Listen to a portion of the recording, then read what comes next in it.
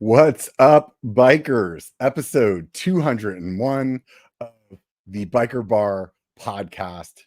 And oh my God, those of you guys that are just watching or that are listening, you don't know, but the entire background, I'm in a totally new space.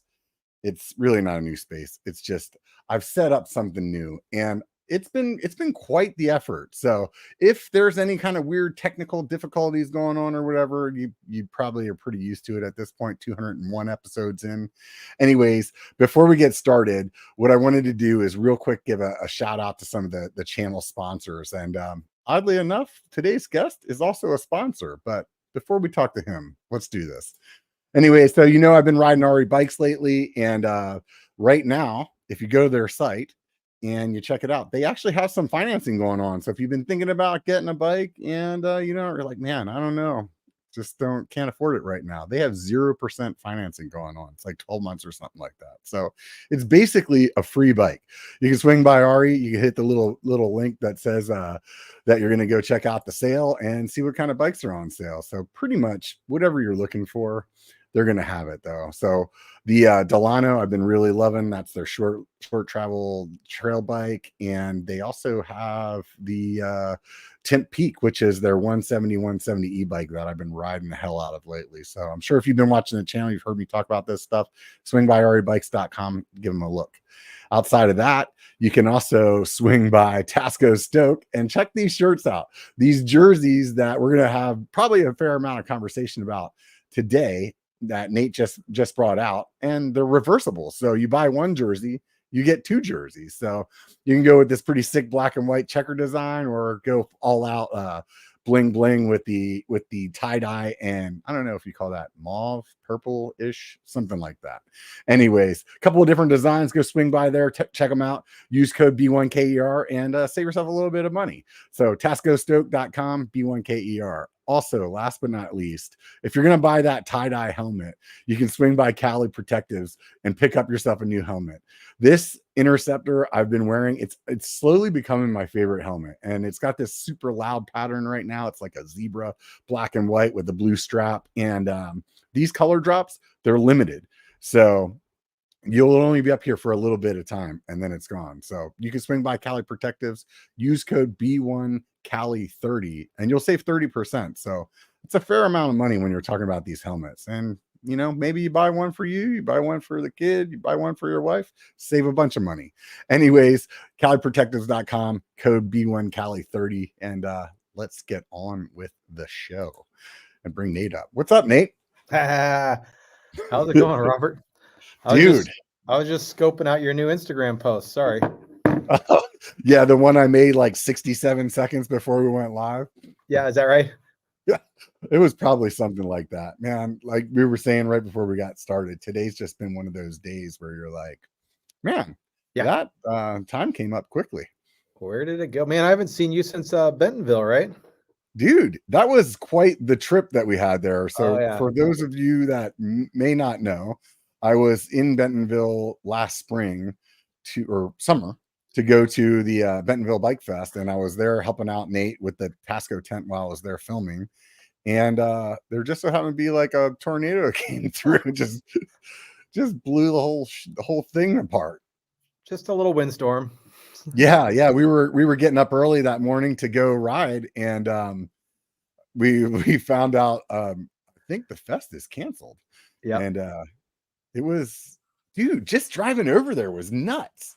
It was like a war zone. Dude, we're gonna fill up all your time just talking about those stories. That was so much fun. I mean, so much fun to look back on because we're okay. Yeah, but so many memories were made that trip.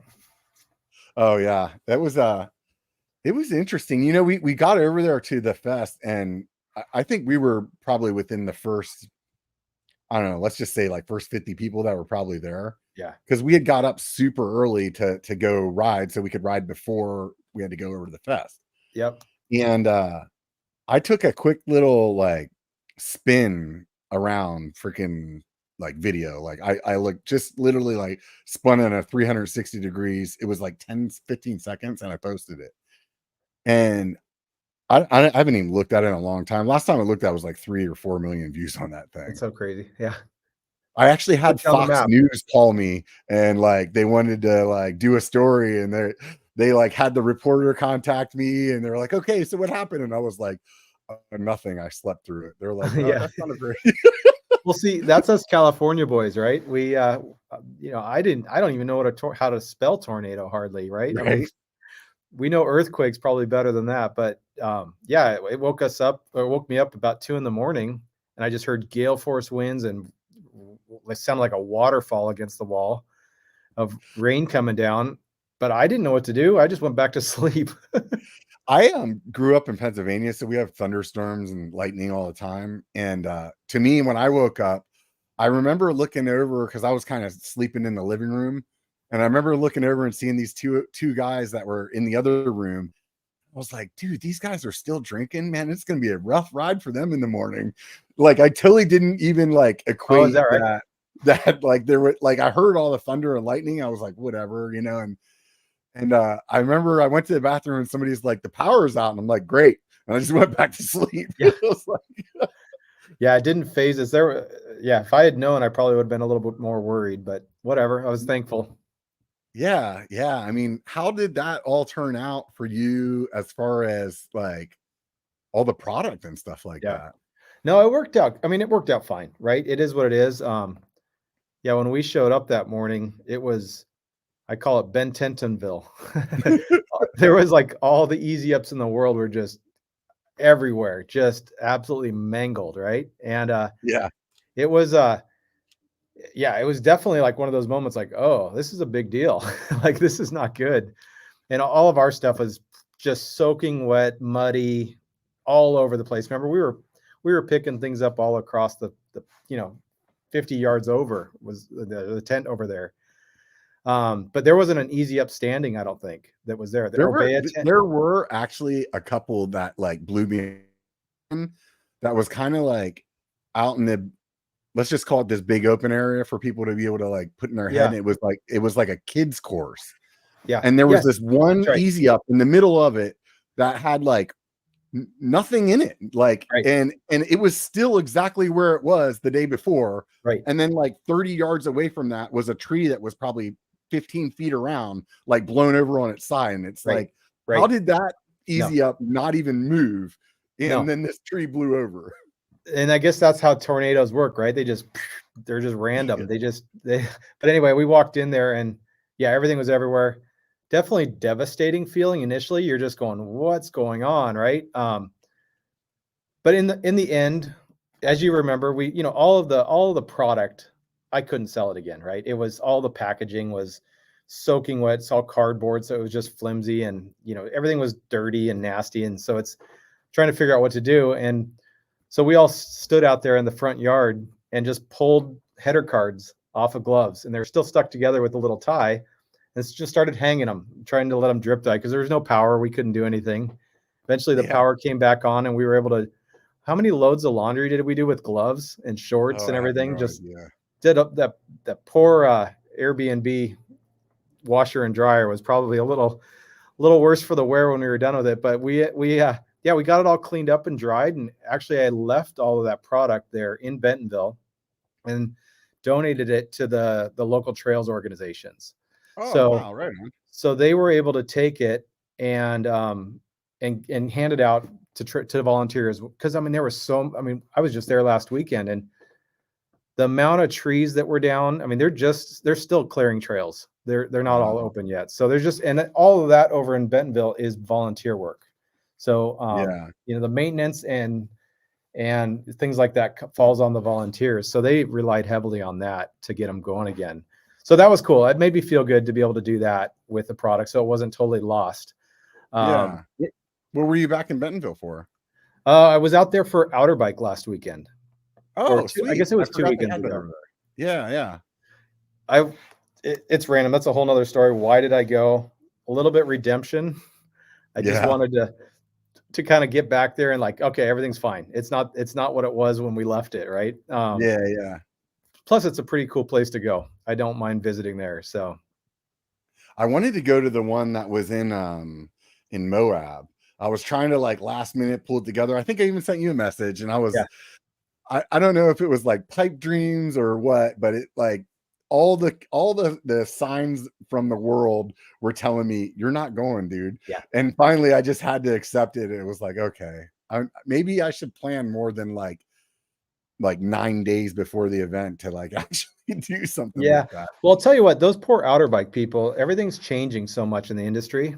And outer bike from 2019, I think I went in 2018, and there Mhm. were well over 1,000 people. Pretty much every bike brand you can imagine was there with a full fleet of bikes, and there's just a lot of people milling around.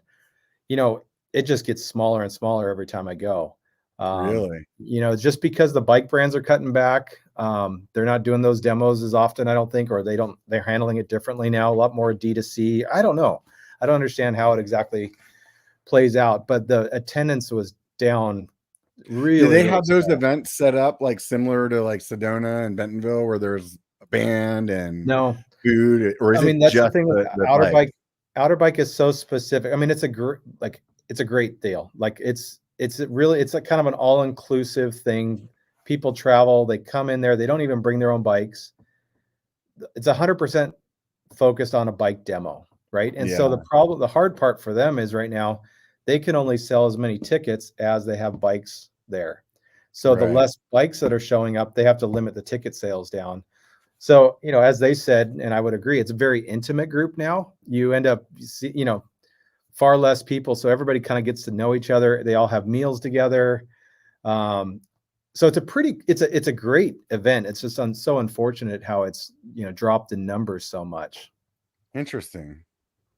But Yeah, I mean, I wonder if that, like obviously they're putting a spin on it, like, no, it's more intimate, right. like is that good or bad? Like is it like Well, in some cases it could be really good that like the brands that are there really make like for sure. meaningful connections, so like if you made, let's just say you go to Sea Otter and you make 5,000 connections, but it really only results to like 50 people buying stuff, Right. or you go to Outer Bike and you make 100 connections, but 100 people buy stuff, Right. then it's like, okay, well, maybe it's worth it, Right. or Like, 200 people buy stuff, well, and yeah, so this time actually in Bentonville, the only two bike brands that were there were Yeti and Ari.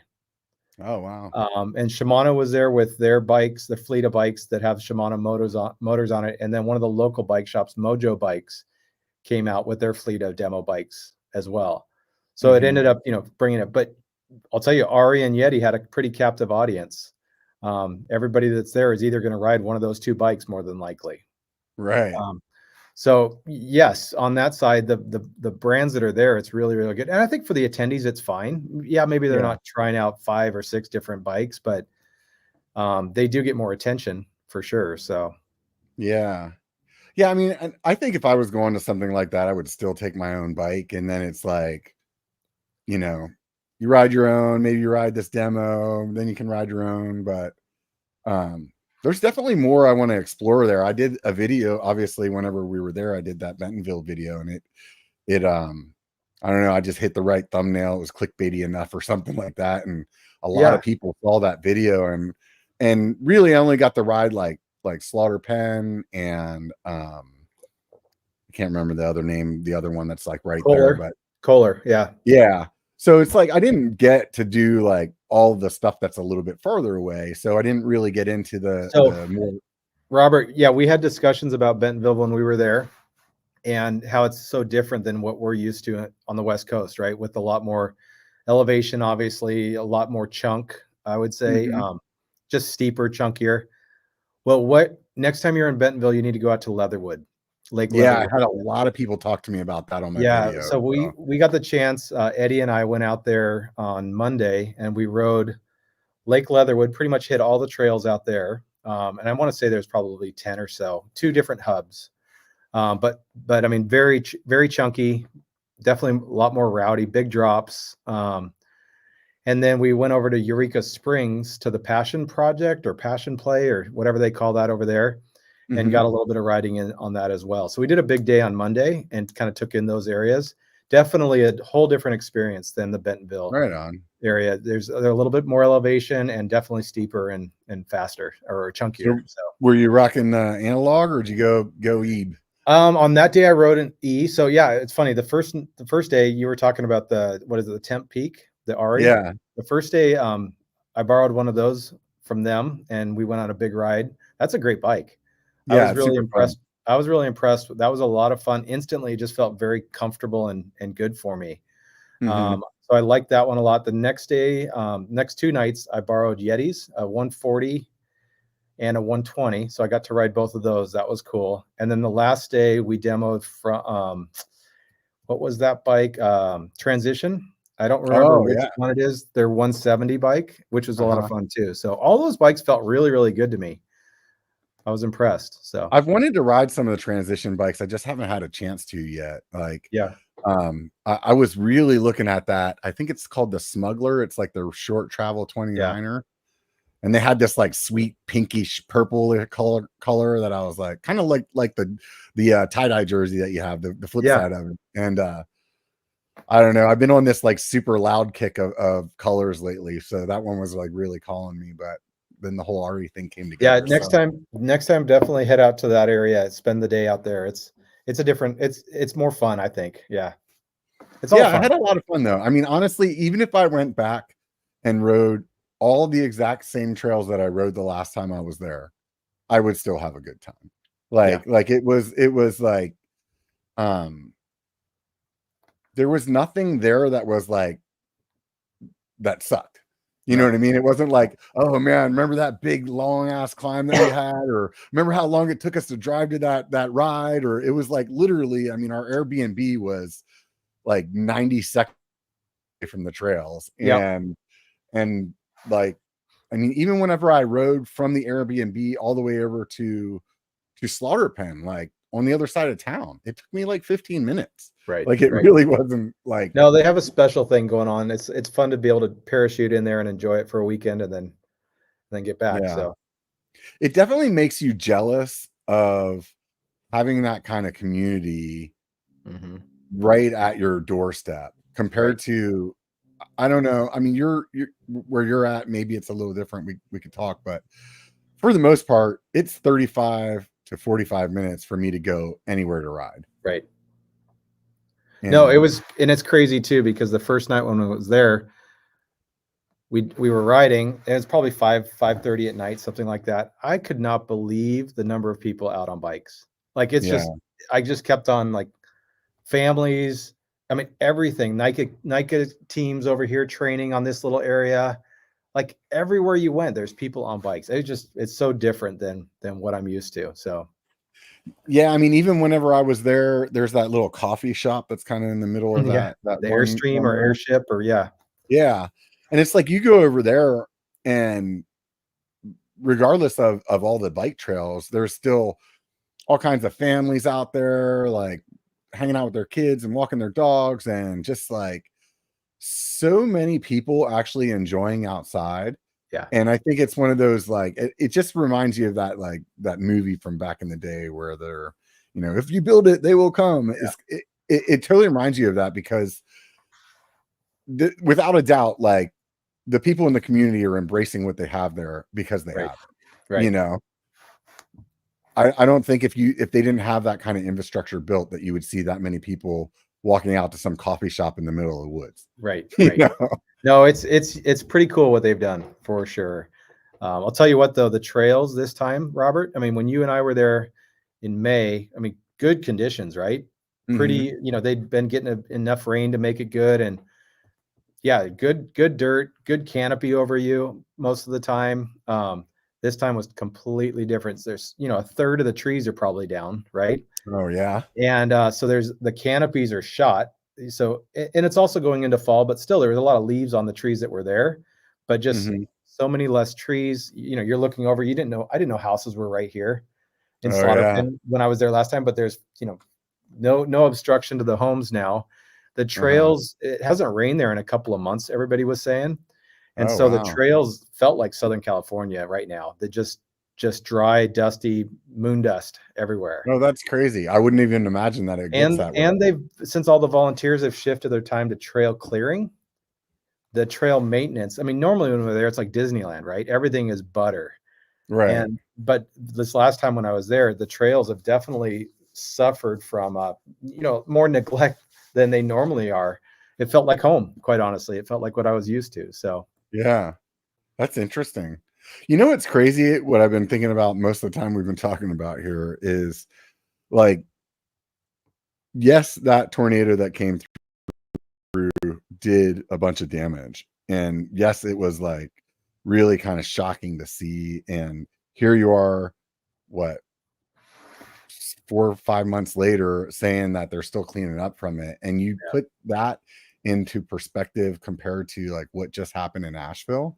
yeah, And you think about like what I saw in Asheville, like on the news, looks like Armageddon compared to like what we saw right, from that storm, like the day it happened. right, So to like think about what they're going to be dealing with in that yeah, area and how long yeah. it's going to take, it just blows my mind. Man, it's crazy. Yeah. Yeah. Meanwhile, we're out here in California, like, hey, I thought you guys said we had earthquakes. You know? Yeah, it's coming. Right. Yeah, Yeah. Yeah. I mean, I guess we've had our last couple of years, man. We had a lot of fires and stuff. So I think we've had our fair shake of shitty things happening to us too. But yeah, it's just it's crazy when you see it happening to somebody else. You know what I mean? for sure. Well, I went ahead and signed up, or I'm signing up for Bentonville Fest next year too. All So right. I'm planning to go back. So But you're gonna be a yep. little more picky about where the 10 is though. Yeah. Yeah, we've already had that conversation. Yeah. Bring some Last bigger year when we stakes. were there, so people understand what we're saying, it's just they last second made some changes to the way that everything was set up, and because of that, it kind of put us in this like weird alleyway, and it turned us from having like a pretty good like open area that we thought was going to be a lot of traffic to being like a side street. We had to go out there and like heckle people to come down and check out the It 10. worked out. Yeah. Yeah, It yeah, all no, worked we out. still had fun, but it was definitely it was The foot interesting. down was a little tighter, right? Yeah, yeah, it definitely was. And then not to mention that like it rained like the day before or something like that. So it was like a foot down mud bog Yep. session, you know. Yep. For sure. Good time. So what I was thinking about this earlier. What did you do before you did Tasco? It's hard to remember. No, I was a corporate sales guy. Basically, I Mhm, sold lab equipment. So mhm, I mean, I had no business doing anything I'm doing here, except I like to ride bikes. That was my only reason for doing this. Um, no, I got my degree in chemistry and worked as a chemist just shortly, and then realized I didn't want to be in a lab. And then for the next 20 years, I did like corporate sales, sold big, $500,000 lab equipment. mhm. And yeah, it was a great job. I mean, good. I was thankful for it for sure, but I got kind of bored with it, quite honestly. And I don't know. The nice thing was with a sales job like that, I had a lot of free time, so I did a lot of riding, a lot of surfing, and Mhm. kind of during that time, my passion for mountain biking just grew and grew, and out came Tasco out of it. Yeah, So was it like kind of like started out you just were thinking it'd be fun to make some shirts for you and your friends and like a side exactly. gig kind of idea, or did you come in it like initially thinking like, hey, I think I want to quit my job and start doing some No, apparel? no. Like just we made two T-shirts, right? We still sell those two T-shirts because they keep selling, so I can't stop making them. The one's the bear on the bike, and the other one's the California bear with the bike parts in it. Hmm. And yeah, I just made those two shirts and started. I built a website, a little social media. Just back then, it was a lot easier to do social media and to grow a following, I would say, than it is now. But that was really helpful. And then I would take them to the local races, local like quick and dirties or whatever the local races were. And yeah, about 3 months into it, I go, wait a second, I've kind of sold a lot of T-shirts. Hmm. So I went to that at the time I called it Oso MTB. So everything was bare, What was it? right? What was it called? It went a little digital. Oso MTB. Uh-huh. So Oso is bear in Spanish. And the California flag was really, really big at that time. So the California bear, the black bear, I guess it is, or the brown bear, whatever it is. Hmm. Um, so that's kind of where we themed those first 2 shirts. And I don't know, it's so funny to look back on how did those shirts sell enough to get me excited to do this? I don't know, but they did. And what I realized in December, that about 6 months into that, I said, if I'm going to do something with this seriously at all, I need to lock down the name, and I couldn't trademark Tasco MTB. So we had to go back to the drawing board and change all the designs, and we ended up calling it Tasco. You know what that stands for, Robert? Have I told you before? I think I do. It's like the awesome shirt company. Is that what it was? That's exactly right. Yep. So, and you met Lucas when we were out in Bentonville, my son. And at the time he was 11 when we were in this spot. And so he's the one that came up with the name. It's not easy to name a brand. It really isn't, to kind of come up with something unique. And so he goes, Dad, just call it the Awesome Shirt Company. I mean, that's what people know you for. Right. or know us for. And so, I don't want to do that. If I'm going to do this, I'd like to do more than just shirts. And so then it was his idea to call it Tasco. So here we are. Right. And then who knew there was a major company called Tasco? So then you're like, how do I get a URL? That was pretty easy to get around because they, I mean, I couldn't do just Tasco. Like I couldn't get the URL for that. I couldn't get, and I can never sell like optics basically. Right. But they have Tasco name trademarked over in optics and other areas. And I was able to get the trademark in the apparel space for that name. And so yeah, I mean, it worked out. It's not perfect. I'd love to have our Instagram just be Tasco, but I can't do that. I'd love to have our URL on our website just be Tasco because it'd make it nice, but we're all right. We're making it work. I think the direction that you're going right now is good. So like when people ask me about starting a YouTube channel, or before that, I'm an IT guy, people would ask me about like building a website and how to come up with a domain name. And a lot of times people will want to like niche it down, so like, for example, like how you started with Tasco MTB. But I always try to tell people, you never know where this is going to go in the future. So like try to make it as broad as you can or as simple as you can, Right. And I think what you're doing now with the Tascostoke, it really makes sense. And then it makes it more of a lifestyle brand that it could be anything. Right. Exactly right.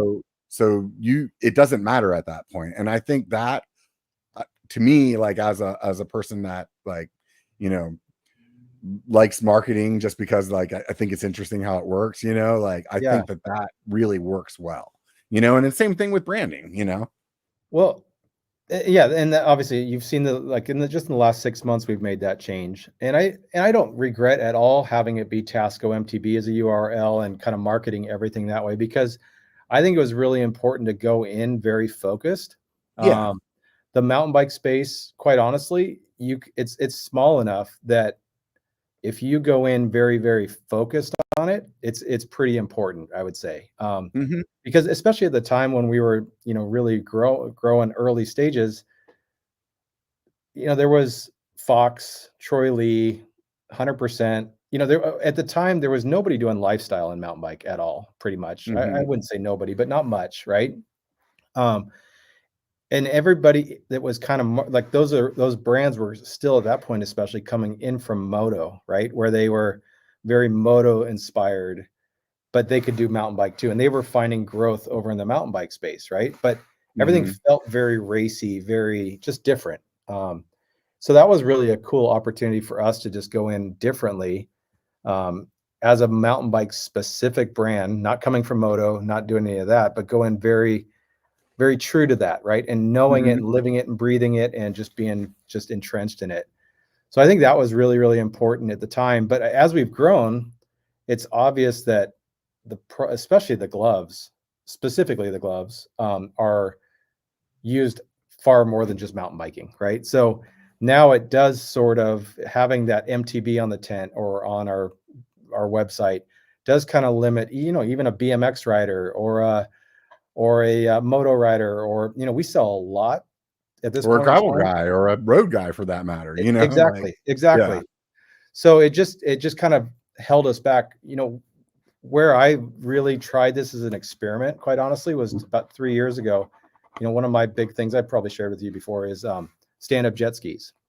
Mm-hmm.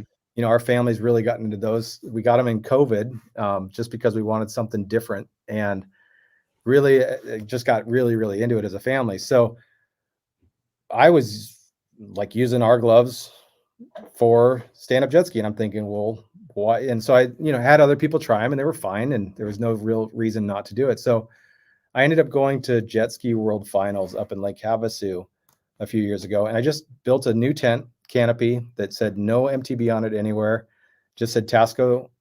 It just said Tasco. It didn't have a Mm-hmm. URL at the time. And all I brought was gloves. I didn't bring shorts or anything else, just gloves. And I parked a jet ski in the tent and had a photographer take some photos of somebody wearing our gloves on a jet ski, use those as banners, and just went in there like I knew what I was doing, right? Mm-hmm. And we crushed it. Like it was Yeah. like, oh, that works, right? So then I've actually done that 2 or 3 years in a row now, and it's so much fun. It's like I'd rather do that any day than a mountain bike race. It's just such a Yeah. different culture and everything. Not that I don't I love think it's another underserved community is what it is. And I it. think Absolutely. Yep. that's what mountain biking was experiencing when you came into that. And I'm Right. sure it was just as exhilarating for you at that point in time as it is for the jet ski stuff now. And I think that's really what it comes down to, because I really remember, and I mean, even now, I still feel like, with the exception with a couple of brands, that this is still a problem in mountain biking, is that like everything's either race or blanks. Right. So it's like no logo, no fun, or it's like a racy kind of thing. Right. And Right. that's the thing, like where you're doing with your sessions shirts, where like the one that I'm wearing right now that has this design on it, you can get this in a sessions model that is a riding shirt. So it's like you don't have to go out and only ride in a Yeah. solid color t-shirt or a jersey, you know. And to me, I've always questioned, like, why is there not fun t-shirts that Yeah. say like whatever fun things on them that we would normally buy t-shirts with, but are in an athletic Without, I mean, looking there's a kind of, lot of that, but that's real cheesy too, right? yeah. So some of the stuff you see, you're like, I wouldn't want to be caught dead in that, you know, Yeah, because the that's like, is my bike okay written upside down? You know, exactly. like, Or I love my bike or my wife because she lets me ride my bike, or, you know, whatever, yeah, like yeah. all those ones. I'm just like, no, come on. Yeah, We can that's do just like better than some that. t-shirt company in like in China, just like copy Yeah, anything that we think Americans think is funny, you know? exactly. Exactly. So yeah, I think it's a fine line. You've got to keep it. And that's where we've really put a lot of emphasis in keeping some sort of style, right? Mhm. You know, and looking at trends on what's going and what's working well, and looking at the colors that are trending, and you know, things like that. Where so you're really focusing a little bit more on that than just, yeah, quippy little sayings on Yeah, in your my mind, I think about like brands that were super popular when I was younger, like Stussy and Rusty, and it's just they just had cool designs on their good, shirts, right, you know, right, and that would be enough, right. you know. It's interesting though what you say about the jet ski stuff, because it be a stretch for you to have like water sports based shorts to go along with your gloves. No, I mean, our session shorts are water-based shorts already, right? You could. Yeah. And I actually brought the session shorts this year to World Finals, and we sold them well. So yeah, I mean, you can cross over, but certainly you could, if I wanted to, we could put more emphasis there. Because like you said, it's a small market, very small, but it's also underserved as well. So Yeah. there's definitely Yeah, because I mean a bike short with pockets that are vented is pretty much the same as like board shorts that I right. would wear swimming anyway. Yep. Yep. So yeah, it's not much of a stretch at all. No, for sure. Yeah, but it's fun to be able to, you know, we have got guys wearing or, you know, riding for us for BMX. We've got some moto guys, you know, there's no reason that they need to be locked in just to the mountain bike space at this point. So the other thing Mhm. that I think has been fun for us as a brand that separated us was, you know, one of our core pillars was, you know, internally we say between the trees, not between the tape, right? So Mm-hmm. keeping everything more adventure minded, more community, like just enjoying the ride versus focusing on the race part of it, right? So, Mm-hmm. and again, I think that's just been in kind of an integral part for us to stay that way and just kind of keep us reminded of that. Doesn't Yeah. mean we don't want to race, or I don't anymore, but don't want to like support that, but it's just not really our core emphasis, I would say. Mm-hmm. So do you still try to like circle your, or not circle, that's not the right word, like have a design for a limited amount of time and then change to something else, or have you got to a point where you're like, oh, there's some staples that we keep No, around, or so Robert, that's a great point. Like that's actually another, so newness is one of the pillars that we've always wanted to be part of Tasco. mm-hmm, So that's, and then fun as well, right? mm-hmm, So both of those have been really, really hard the last couple of years. I would say 2018 to 2021 or two, there was a lot of new stuff coming out all the time. There was a lot of like fun built into it, just like energy, right? mm-hmm, And quite honestly, transparently, that's been really, really hard to do both of those in the last couple of years, just because, our warehouse is full of product that's kind of sitting here, and you're focused. You're not having the cash flow that we had at the one point, and so you're focused on selling what you have now, and you can't necessarily afford to keep on coming out with a bunch of new stuff, right? right, So for the last couple of years, it's been a little bit of a hunker down, state of mind for us, mm-hmm, just getting through. But to that point, I think just even in the last 2 months, you've seen a lot more new coming back out again. mm-hmm, And I'm super excited to be building that back into the program, a lot more of that small batch feel. Um, the problem with our small batches, as the small batches were growing, we were able to kind of keep the sizing right so they would sell through pretty quickly. right, But then as soon as the economy kind of turned around in 22, we started getting extra, and it wasn't selling as fast, and so it yeah, kind of started ballooning up a little bit. So right, obviously that's what we've been working through, but we're at the point now where we're able to then start releasing stuff again in a smaller yeah. spot. Is And it that, like, are you already buying at, and totally, like, if it's not, if it's the secrets in the sauce, but are you like already buying at at a number that your distributor won't let you go lower? So it's like, instead of buying 5,000 of these gloves, you could buy like 3,000 or something like that, or yeah, that's obviously one of the things. We work with factories that I've stayed away from. A lot of the times the factories that allow you to do really small, really, really small runs are not good mhm, quality. You're kind right, of, you're working with somebody in China that's giving you 50 at a time, and whatever. And usually those aren't the best factories to be working with. So we've always stayed with, we're working with one factory right now, which is kind of a mistake, but I love this factory and I want to kind of, so a lot of times you want to spread that out so that you're not locked in if something happens to them. But yeah, anyway, taking a little bit of a risk right now with them and just kind of going all in. But they do have higher MOQs, and so that is that has always been a challenge for us in doing that. But again, we're at the point again where um, we can start resuming on that a little bit better. mhm. So it's good. Yeah, Yeah, I mean, I'm sure it's I mean, especially like, I mean, it's just like everybody in the bike industry, during the pandemic, like, you're selling out of stuff, right? And then you can't get stuff, so then you're trying to order stuff and be like a a, a magician that knows, or not a magician, but like a fortune teller that knows when it's going to slow down, and it is what it is, right? well, it's fun and not fun to tell this story, but what ended up happening with us is we were growing so fast and so much on the D2C side. You need to get that call. No, No, I have a thing where I can switch our little views around, and I was gonna yeah, no, we were growing push good one of there, the and I knew buttons. that wasn't going to sustain. I knew it wasn't, this online bubble that we were seeing wasn't going to last. So my desire was to try to figure out, okay, where can we continue our growth, right? And so I made a call that was a wrong call at the time, and that was to really focus a lot of time and invest into the wholesale business.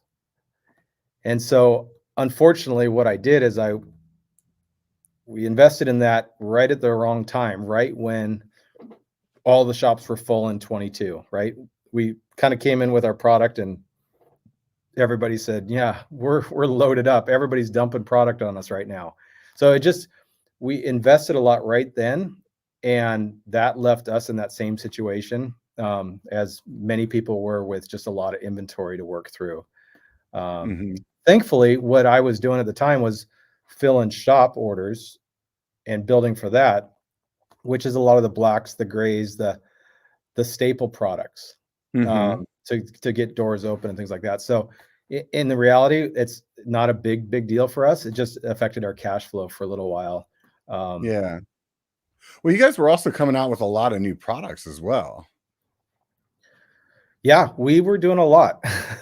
Yeah. And, and that was just by design too, to really build the brand to a good platform where we had a good variety, a good baseline of what I would say is head to toe product for somebody. That's what a lot of riders want, right? They want to be head to toe with a brand. So it allowed us to do that and to build that out. Yep.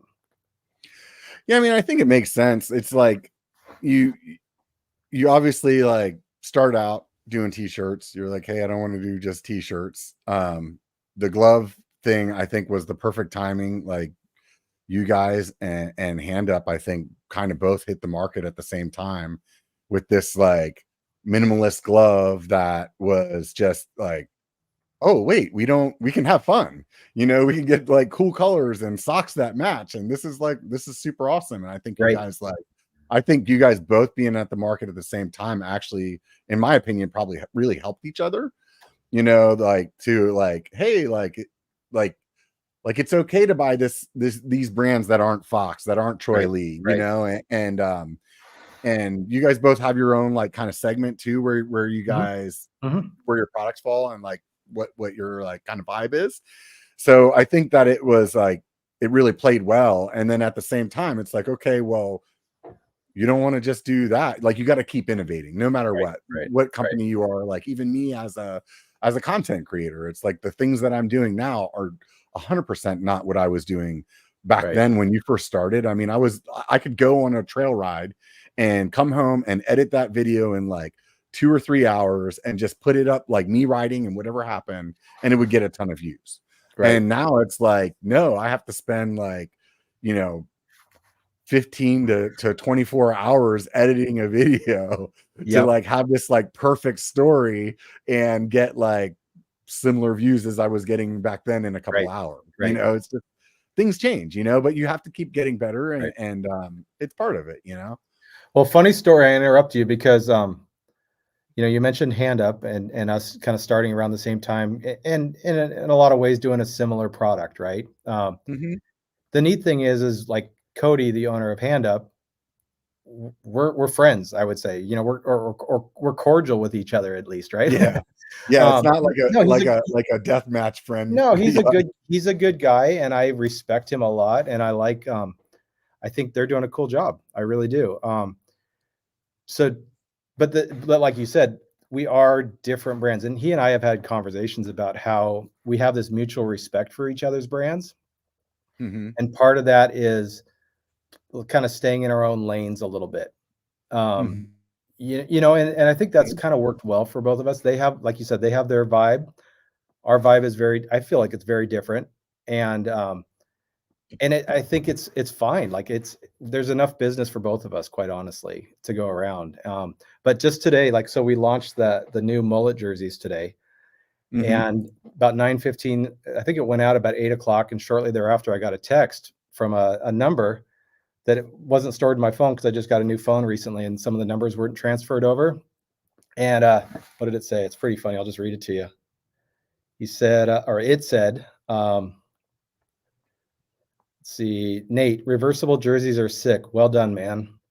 And I replied back, thank you. Who is this though? And he said, it's Cody with Hand Up. And he says, I love to see us little guys doing something different. So yeah, it's cool. Like, it's, it was really nice of him to do that. But there's definitely a mutual respect. I'll never do gloves that have print on the palms that match together, you know, the old football thing. Yeah, That's yeah, just something like I've told him before. I said, that's your space. I don't need to yeah, trail you and do that. Like I'll do my own thing over here. Right? So yeah, there's just always been that mutual respect, and I appreciate that. yeah. And I think that's super cool, you know. And I think that other brands that copy that, people when they see it, they walk away with that feeling like, oh, that's copied, you know, like, Yeah, and even if you like that brand's like particular glove or whatever, you still kind of have that like taste in your mouth, yeah, for lack of better words, you yeah, know. And I think that it's good that you guys have your own thing, and I think it's awesome that you guys can have that mutual respect for each other as well, you yeah. know. Yeah, there's certainly like other brands in our space that I don't have that same respect for, you know? Um, just because everything that they do looks like a copy of somebody else's, right? Yeah. And so I, that, you know, that's why I think Cody realized, hey, Nate did something different over there with that, and he respected that, and he threw a shout out. So that was, yeah.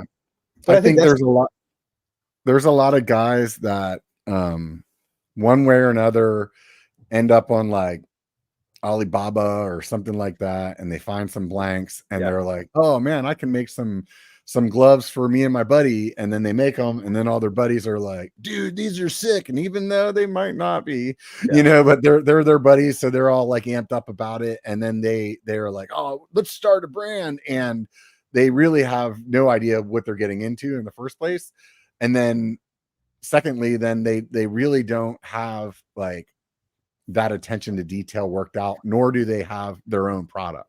So it's clearly a blank that's just printed with something else on it. right, Whereas like you and Cody, you guys are developing your own products. right, You're like your pants, your shorts, like the things that you're I mean, obviously you're not you're I mean, I would assume your sock is somehow different than theirs, but it's not just like the other stuff that you're making. Is like they're uniquely yours, you right, know. right, And I think that that is like, yeah, there's a price for that, you right. know. Obviously your shirts or your shorts, for example, like cost more than some cheap crap that you can find on Amazon, but the quality is like you 100% get what you pay for. Yeah.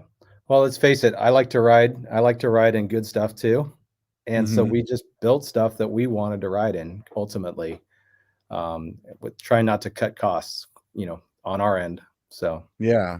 yeah. Yeah, I mean, there has to be a certain spot where you're like, okay, well, you know, I could make a $300 pair of shorts, but you know, nobody's gonna buy them, you know. Yeah, and you can, but a lot of it, I mean, I don't know, 300 would be pretty, you might do some gold plating in there or something. Yeah, I I don't was know. just throwing a number out, but Yeah, yeah, I mean, you you get could it. go up in cost for sure, and plenty of people do. I think what we've found is there's a sweet spot.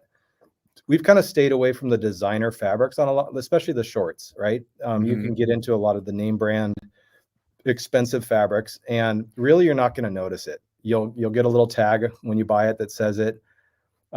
Certainly there are features that are better at times, but I think overall, like what we've tried to do is really source fabrics that are just as maybe good as those name brand fabrics, but don't have the name brand with them. Mhm. And that allows us, because that's where you start paying a lot of money, is the Could you give fabric. an example of like something that would make sense to somebody, like what a fabric is that you're talking about that would be something Well, that's like known? Gore-Tex, right? Or Gore material is one. Mhm. I should have our designer on here to talk about this more than I do. Um, but yeah, there's certainly fabrics out there. I mean, on the gloves, we are licensing some of the materials to use, but overall, we've just tried to stay with more what's off the shelf, but really look at the quality of it. Can you talk to me about how you came up with the idea with the jerseys? And I'm gonna pop off real quick while you're explaining that. I'll be right back. How I came up with the jerseys.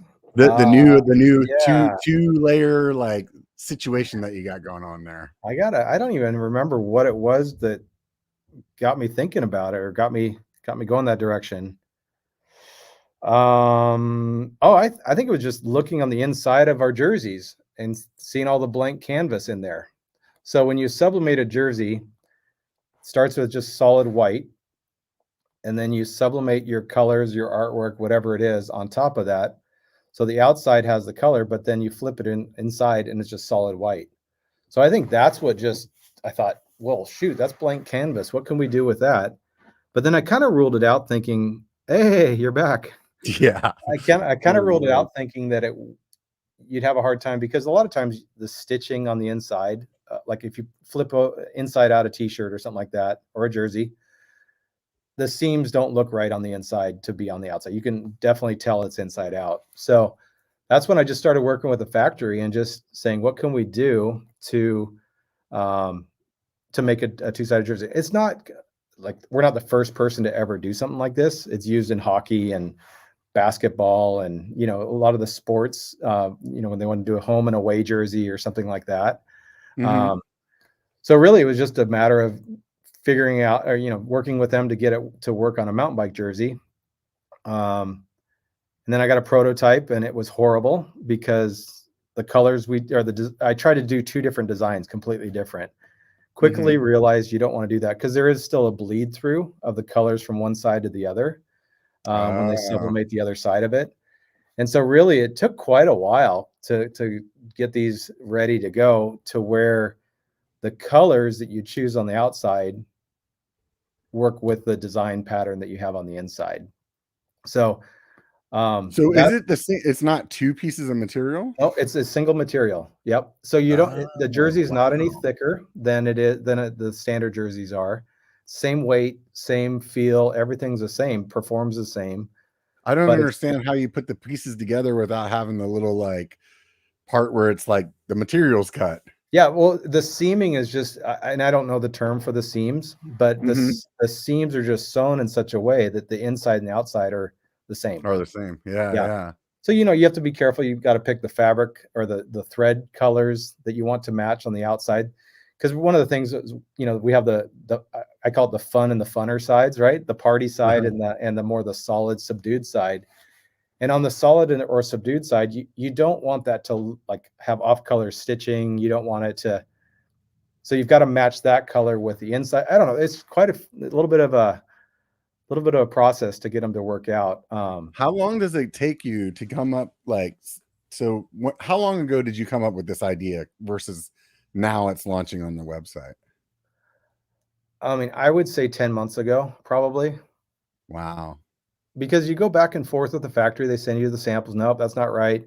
Got to tweak the color. And every time you're dealing with them, it just takes time. So, um, and then obviously you can't do a tag or a neck label on it. So we had to kind of come up with a way to get around that. So for the sizing and current contents and things like that. So we were able to get that kind of figured out in a pretty unique way that I liked a lot. I came up, I don't know if you've seen that. Just it's a tag on the back, much like a basketball jersey or a Mhm. something would have, but we were able to incorporate the sizing onto that. Oh, right Um, on. but yeah, we Yeah, I was launched. thinking in my mind, like, you see a lot of like brands that do like a loop, like Yeah, it goes around and you yep. just do something like that, or so that's cool. Yeah, no. I mean, honestly, this is a product that I've been really, really excited about launching. I probably talked to you a while ago when I was Yeah, brainstorming a little bit about it, I'm but pretty sure I remember talking about it in Bentonville. yeah, I could not wait to get this product because nobody's doing this in our space. It's completely, I mean, it's not new. There's reversible jerseys, but nobody especially mountain biking. I've seen a couple of road cycle kits that are reversible, Mhm. but I just saw it as an opportunity. Again, what's one of our pillars is to be innovative and to be having fun. And I feel like Mhm. this really did both of those for us by bringing this product out. And it's something that we're going to have a lot of fun with moving forward. We launched the three of them today. The tie-dye goes with the tie-dye gloves, the checkers goes with the checker gloves, and then the surplus goes with the surplus gloves. So those were the I three like the black obvious. and white one. It looks really clean, the, like, checkerboard one. Yeah. Yeah, I really, really like that one. Dude, I'm beyond stoked with how those all came out, but so those are the first three, and just keep your eyes peeled because in the next week, we're gonna have 2 more dropping. Oh, And then nice. another one dropping once we get into December as well. So we have a So total of once you 6 kind of of them. figure it out, like then does your brain kind of work in a way where you can look at patterns and real quickly now be like, hey, I could do this and this and be able to run with it, or is it still Yeah, I going mean, to be quite a bit it's of still a gonna take more time for each one just because you've got to go back and forth with the colors. Mhm. I think that's, in the bleed through and just making sure that it looks right. You don't want to, I don't know. I never want to put something out that's doesn't look like it was built to look that way. Right. Um, but yeah, I mean, honestly, it's something I'm super excited about. It's an area I'm sure we're gonna get copied on Yeah. at some point. I mean, I know that it is. We are trademarking parts of it, so it won't be super easy to do it exactly the same that we're doing. Mhm. But but I'm just super excited. Again, it's a new little area that we can grow and do things differently and have a total lot of fun with it, quite frankly. So what does a jersey cost? So there's $79. And what's your regular like long sleeve shirt So cost? this is the same material as the Ride Trek jerseys that we have, and those are 74. So Mhm. it's a few dollars more. So it's a couple Um, dollars more, but you get 2 jerseys. right, exactly. It's So a I mean that's a I mean it's not like it's twice as much, you know. no, no, no, no. And honestly, here, I'm gonna walk you over here. I'm gonna give you who if the 5 people that are watching this. No, I'm just kidding. You have more people than that. But I'll show you the wall here. So there's the tie-dye one, right? You were talking about. So Um, those of you guys that are listening, it's basically like your typical like rainbow kind of tie-dye colors, like the yep. all the colors. And then there's the checkers here, right? And inside So that's just solid black. And then we have the surplus there. so the Well, surplus is like basically like a camo, like a gray yeah, and and the black. way that one came out too, it's kind of cool because on the inside it's still camo, but just real subtle camo. Yeah, Is that yeah. so outside is more distinct, definitely. And then if I go this way, what do you see there, Robert? Oh, it looks like a poncho. What is that? Ugly sweater. Oh, is that what it is? Oh yeah, it is. It is an ugly sweater. Oh, that's awesome. So and then on the other side of that, and this one's really cool to me because I would never buy this for like 2 rides a year, but Uh-huh. you flip it over and you just have a solid black jersey on the inside. Yeah, yeah. So No, that's now that awesome jersey is useful all year round instead of just, that for time of Christmas. year. And Yeah. then the Sorry, I other one couldn't is tell. The screen I'm looking at is like super small, so I'm like, oh, okay. And then the other one coming is to now I put match my the, glasses on. Now I'm all in. yeah, that one's there. That's on Tuesday. I think that one comes out. That one's to go with the plaid gloves that we just came out with as well, the Dawn Patrol gloves. Yeah, So yeah. and I'll leave the last one till December. How's that sound? There you go. Yeah, that's awesome. Yeah, no, super fun stuff, man. I really enjoy them. I got one over here that I'm like super stoked to go out and give it a shot. I've been for the last 3 weeks unable to do pretty much anything physical. So like I like pinched this nerve in my neck, something fierce, and I I think after like the first week I was kind of getting better and I went out on a ride, and then that night I went to a concert, and the next day it was like I went backwards like 2 weeks, I and think you can blame it on the mosh pit, not the bike ride. yeah, honestly, like oddly enough, like I think just from like bobbing your head, like listening to music, and then on top of it, I was like kind of down in the front of the concert, and there was a bunch of like crowd surfers and stuff like that, and I think just the over the top of my head, and it was a bad deal, like to the point where I was like having to take like nerve blockers from, and I had to go get an MRI. And so Really? at this point, I have another doctor's appointment on Thursday tomorrow, so that I can hopefully find out like what the like the plan is to get back to good. I mean, I to go from riding like 5 to 6 days a week and going to the gym 3 days a week to Yeah, it's like hard. just sitting around doing nothing. I mean, obviously, yeah, I'm busy with a bunch of shit with the channel and my real job and all this and that, but that's like my therapy, like it's the thing that I do for fun, Yeah. so what am I doing for fun now? I'm like, I don't even know what to do with my time. Yeah. It's like Well, and it starts like messing with your psyche, your productivity, everything. I yeah, we yeah, know how important it is to get a ride in or something. yeah. Yeah, and I was really looking forward to last weekend. I was thinking that I was going to be able to like be good enough to go on a little ride on Sunday. And Sunday I got up and I just was like, man, I have to really be honest with myself, and thinking about like what I did the week before and how much further I went back, like I Yeah. really was like, you know what? I think I'm just going to wait and see like kind of what the next week holds for me. And it's been tough. It's definitely been tough. It's at this point, you know, it's very clear to me that I'm getting close to being 50 years old. Yeah. Because what did I do? I like took a little tumble on my bike that didn't even really feel like anything. And here I am 3 weeks later of not being able to do anything, where like if I was 22, I would have like got up Yep. and like did the same thing like five Everything more. hurts a little bit longer and more, right? Yeah, for sure. Yeah. So what are you? You're almost 50? I just rolled 51 this year. Yeah. Yeah. I'm 40. How old am I?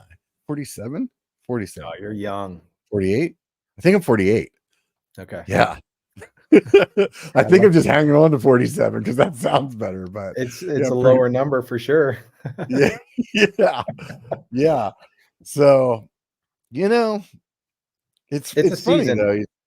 Yeah, I guess, it's weird because it's like it's not like you feel like you're any like you feel like you're wiser than you were when you were 20, but you definitely still feel like the same person. It's not like you feel like you're an old guy. You know what I mean? Right, Like right. like it's definitely not any decision making that is happening in the spur of the moment where you're like, no, I'm old, I don't do that. At least I don't think that way. It's like I screw something up and then I'm like, oh yeah, maybe I shouldn't have done that. No. Getting old. Yeah, it's part of it. I used to laugh because they would talk about old man strength, right? When I used to do a lot of endurance stuff. Yeah, And I remember I was probably in my late 30s and I was hearing about this. And then I turned 40 and I was kind of excited. I'm in a new age category. I'm going to yeah, dominate now. No, those guys, that 40 to 50 category is like the strongest guys out there. yeah.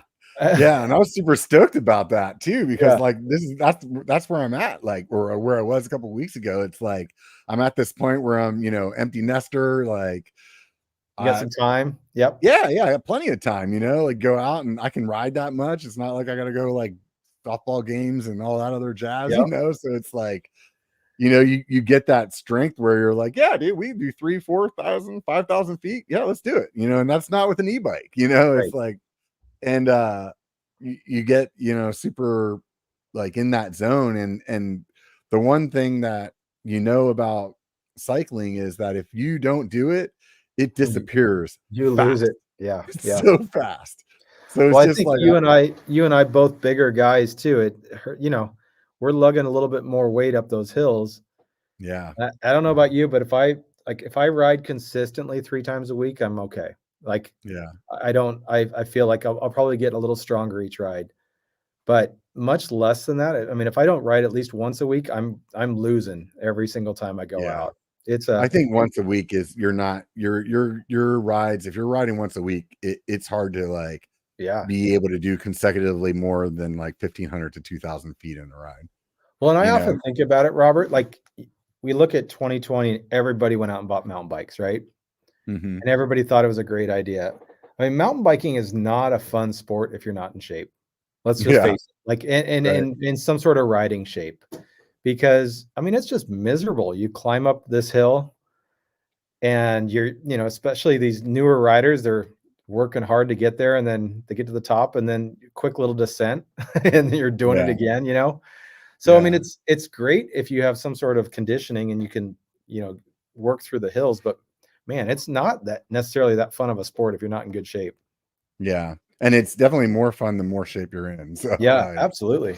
Absolutely. being able to go out and do those like super huge epic rides. That's another thing that's been a bummer about the last couple of weeks, is because like right now, the last 3 weeks have been like, you would go to every weekend knowing that like this could be the last weekend you're riding the high altitude stuff. Yeah. Yeah. And it just started snowing up there the other day, and I saw that they're gonna get snow this weekend, and it's like, wah, wah, wah. All Yeah. right, well, I guess it'll be spring until I get to ride that stuff again. But Yeah. Yeah. So let me ask you this. You've been riding an e-bike lately. mhm, It took you a long time to do that, right? You were kind of a holdout on the analogs for quite a while.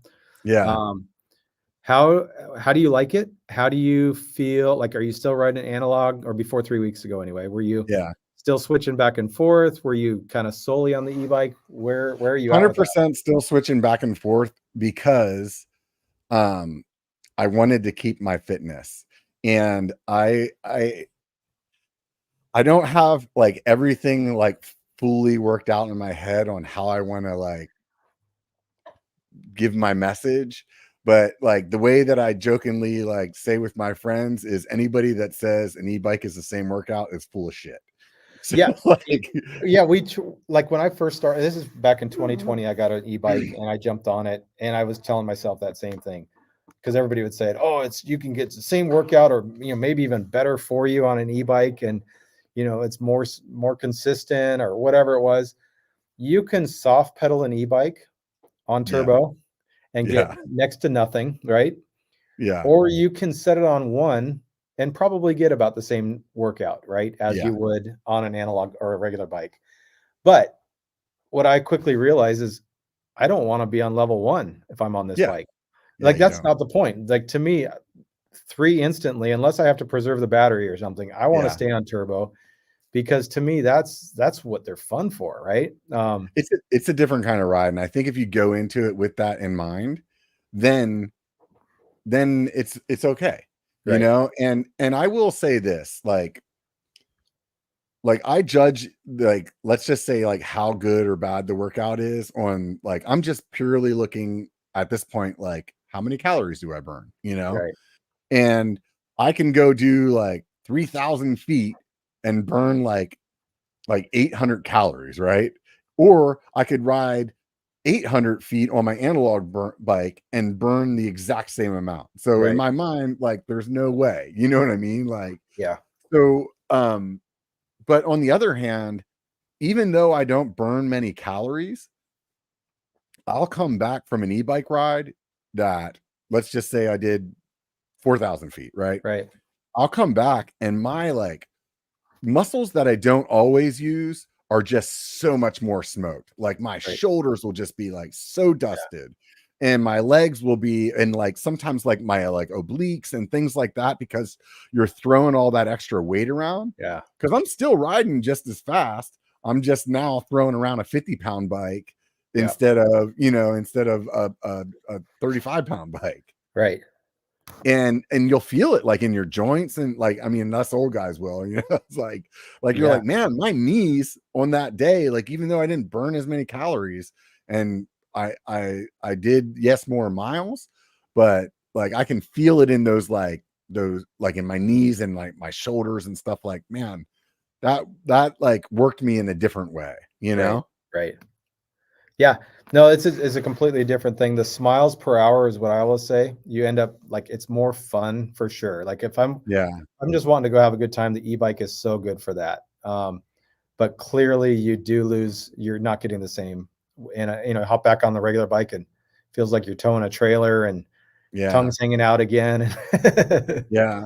I think one of the thing that my friends and I have really done with the e-bikes though is just come up with dumber ideas. Yeah, So like where the old dumb idea would have been this 30-mile ride, now the new dumb idea is like this 45-mile ride with twice as much elevation. right, And we're eco in it a lot of the time, just so you can actually make the battery last so you right, can get back to the truck or something. But now it's like, oh wow, we're like, it's expanded our like geography of what we're going to do in one yeah. ride. you Well, know, where I really and appreciated it too was that weekend when we were out at Leatherwood, or Eureka Springs. In the Leatherwood area, those trails, it's pretty, like, I want to say it's maybe 300 or 400 foot elevation is all. So mhm, it's not crazy, but there's 10 trails to do. So mhm, what they have is they have a shuttle running there all the time. So for $40 or $30 or whatever it is, you can go and get a day pass and just lap it basically with a shuttle all day long. Well, what was super fun was with an e-bike, you just go and it's a nice easy pedal back up there, and you yeah, could just lap it yourself without having to worry about it. So yeah, I guess I kind of enjoy it for things like that. For Bentonville in general, like especially your first couple times going there, the e-bike's wonderful because you can cover so much ground and there's so much ground to cover. So you're yeah, able to like go and actually session the same run a couple of times, to learn things instead of just struggling the whole time and barely, getting much done. So there's definitely times and places where I think, yeah, I always want to have an e-bike around, for yeah, doing that. But then there's other, local rides or whatever it would be where it's like, no, I just want to go get a good ride in right now. yeah. I think the thing that would be a game changer for me in the e-bike space is like getting the weight down, and then um and I know like the DJI is doing this. Like if I could see how many watts I'm putting into the bike, then it would like really help me to actually put in a similar effort as I would on the analog, but be faster. Yeah. So like when you're pedaling that big ass bike, like sometimes you're going up the hill and you're like, man, I feel like I'm really kicking my ass right now. But if I knew that I could normally pedal that hill at 250 watts and I look down on the e-bike and I'm like, dude, I'm at 180, then I would know like, hey, pedal harder, Yeah. and then it would really like allow me to get way more miles, but then also like maintain my fitness. And that's the Right. problem with what it is right now, is that there's no way for me to benchmark other than how my legs feel or how my motivation feels. And I'm sorry, but it's like next to impossible to really, not next to impossible. It's very hard to motivate yourself to push that hard on the e-bike because it just makes you go so much faster Right. and you're just like, oh no, this is good, this is good, Yeah. Yeah. For sure. so like yeah, it's really interesting because it's like there's like a mental game to it. I've noticed that on days whenever I've been in eco all day because we had like big climbs that we needed to do. Whenever I hit it into to like just trail and say I do that on the downhill, and then I go back to eco, and all of a sudden eco feels like it's like 30% slower than it used to be. Right. And you're like mentally, you're like, no, I am still going as fast as I was for the last 2 hours, but it just feels so wrong at that point. It's really hard to like to go back to it. Yeah. For sure. Yeah, Oh, they're yeah, fun. yeah, it's definitely a lot of fun. We're both spoiled to So have both of them, right? yeah, no, I definitely am. And I think that it's been interesting the way that it's caused me to change my like how I would give advice to people on what kind of bike they're going to get. I've had some people tell me like, hey, I'm thinking about getting into mountain biking, but I really like riding road. I'll probably only ride it like here and there or something like that, or I do some other sport. And if it's something like that, I always tell those people like get an e-bike, because if you're only going to ride mountain bike like once a month, that e-bike will make that mountain bike ride like worth So fun. every minute of it. Yep. You know what I Yep. mean? Whereas like if it's like, and if it's like your other sport, the thing that you're doing for fun, instead of like maybe you have something else that you do that's like you're a gym person, you really love going to the gym, Right. like you don't need it for fitness, then don't do it for fitness. You Right. know what I mean? Do it for the fun.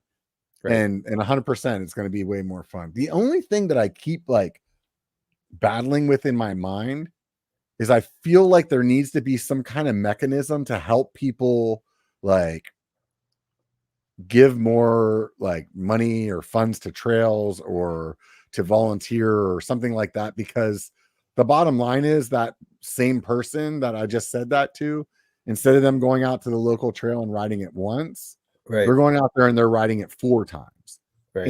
And no matter how you look at it, like it's more use, it's going to get like worn out faster. And we need to have like, as a